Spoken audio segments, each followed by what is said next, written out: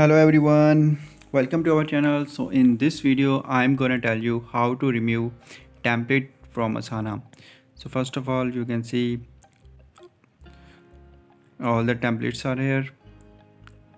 So now what we need to do, just click on this edit template. Now you can see under this delete this template option is available. Now click here. Now finally, when you delete this template, these all options will also be removed. So first of all, read this, just click on this red button. Now you see our relevant template has been deleted. So let's see another example. Just create a new template, type here the name.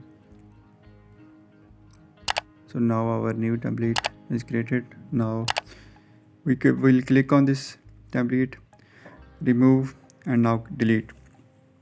So in this way you can delete template on Asana.